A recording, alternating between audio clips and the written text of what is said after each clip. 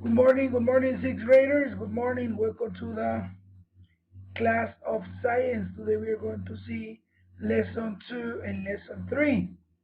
Okay? The lesson 2 and the lesson 3. The lesson 3 is going to be one experiment about the carbon dioxide, and we are going to see what happened with this experiment. I'm sick today. I'm trying to talk, but I don't know. I was screaming last week and I have a problem with my voice.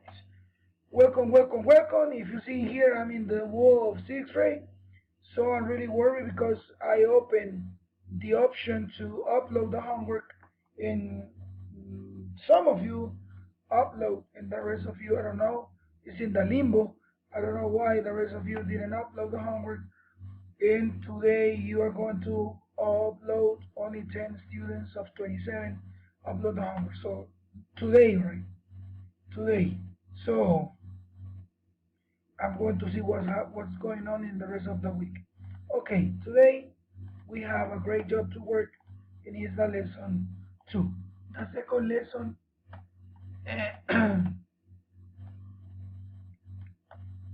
the second lesson of the class. Okay, so this is the name is taking a good look at the world, right? This is the topic, page 8 of the book, and we are advancing. Córrase, mister, córrase, córrase. Why are experiments, okay, taking a good look at the world, why are experiments such as an important scientific tool? Why the experiments are a good scientific tool, right? Remember the scientific or the scientific method talk about the question, the hypothesis, and then the experiment. The experiment goes next to the hypothesis because the experiment test. And the scientists, as you reading here, the scientists are like detectives trying to solve the mysteries of the universe, right? They use their skills to investigate what, when, where, why, and how things happen. Probably the two most important tools as scientists has at his or her disposal are observation and experimentation, right? They're both parts of the scientific method, but they are right. Finally, aren't the same thing, right? Are not the same thing. Science always been with observation. This is the first step, observation, right? And then you make the questions, right? Because the first thing we use is our eyes to see what's going on with one problem. When we are making an investigation, we have curiosity, right? Good scientists are curious, right? So their observations lead to questions, and the scientific method begins when a question has been asked. So then a hypothesis can be formed. A hypothesis is only useful and scientific if it can be tested. How? How can you test a hypothesis? Super easy. Make an experiment. There, this is the first step. So the best way to test a hypothesis is to design an experiment. Experiments are one of the science's greatest inventions because they are allow to sorry allow two scientists to be in control. Each experiment is carefully designed to answer just one question. So, in simple words, and I'm not going to read all of this, is that the experiment is the testable part of the hypothesis. The hypothesis is like an idea, like a theory that can be positive or negative, can be real, right? So we have to that can be proved, right? So we have to test it, right? So each experiment is carefully designed to answer just one question. Is the hypothesis true or false? This is the question when we are on or when we are making the experiment. Right? In nature, there are often too many right options to know for sure why something happened in an experiment, right? So the scientists can limit the number of options an experiment allows us a scientist to see why he or she got one result. So it's the same practically, right? When we want to test a hypothesis, we have to make the experiment. Boom!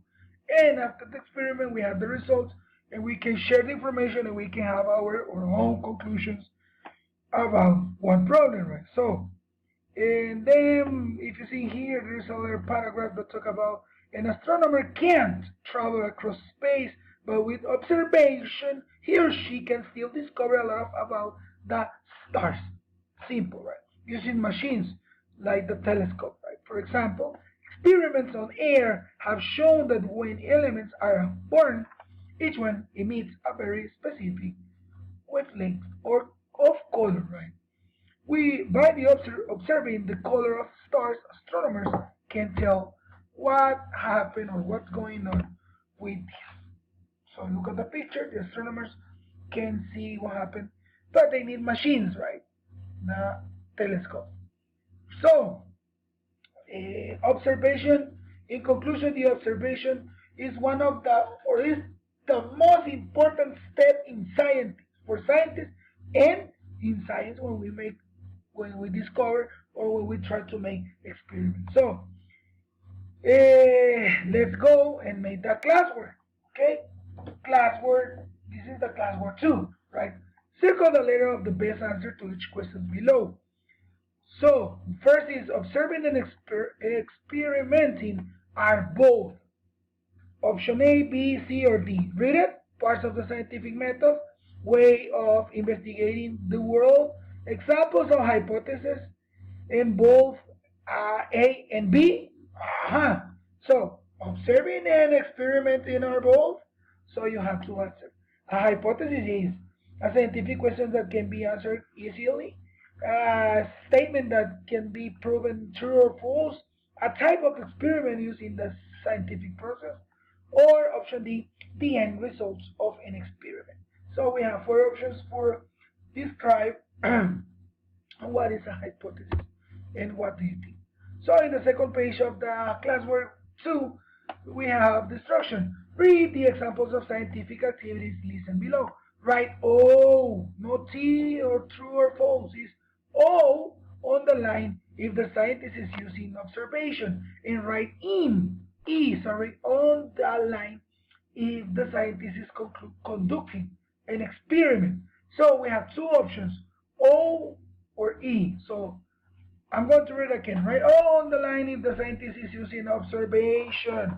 Oh, the observation. And E if the scientist is making experiments. So let's go to the first.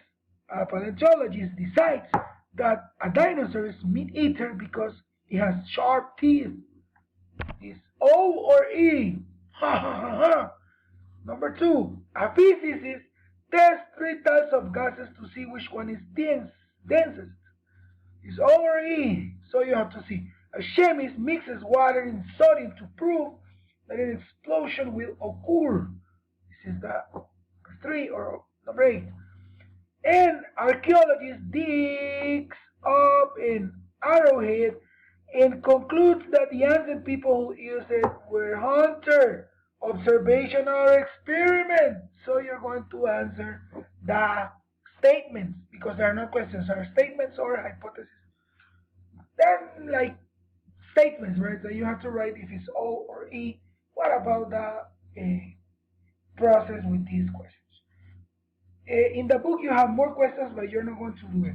Only this page and this one. Okay? The two.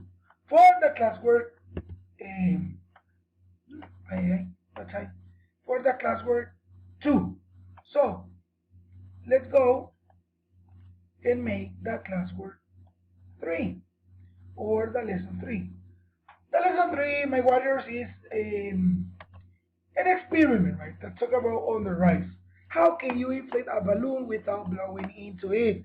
So, the book describes an experiment with one bottle and some materials that when they mix, when we mix these materials, produce a carbon dioxide that is the similar air that when we blow is the same. So automatic the balloon is going to inflate and it's going to be big. This is the experiment. So we have some materials and the yeast, right, is an organism, and when we mix this, you're going to see what's going on, right? But the problem is that when with this experiment, for me, is very difficult because we don't have all of the materials.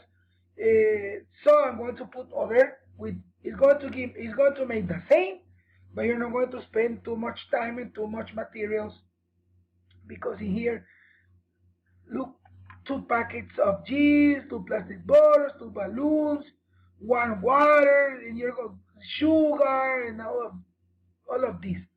So here are the steps of the experiment. So you're not going to do it like this. This is the example of the book that I have to include it.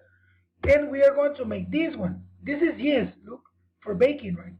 It is the one that we have in the bread or in the pizza, right? And inflates with when we feel the hot, the warm air. So the warm, you put it inside the oven and then grows, right? So the classwork is simple. We are going to watch this video. It's going to be down in the in the options for videos, and you're going to watch the video. You're going to make this experiment. And what are you going to do? You're going to need balloon, one bottle, one vinegar, a little bit of vinegar, and you're going to follow the steps of the video, right? The video is super clear. And then when the vinegar mix is going to inflate, well, you know the experiment is very basic.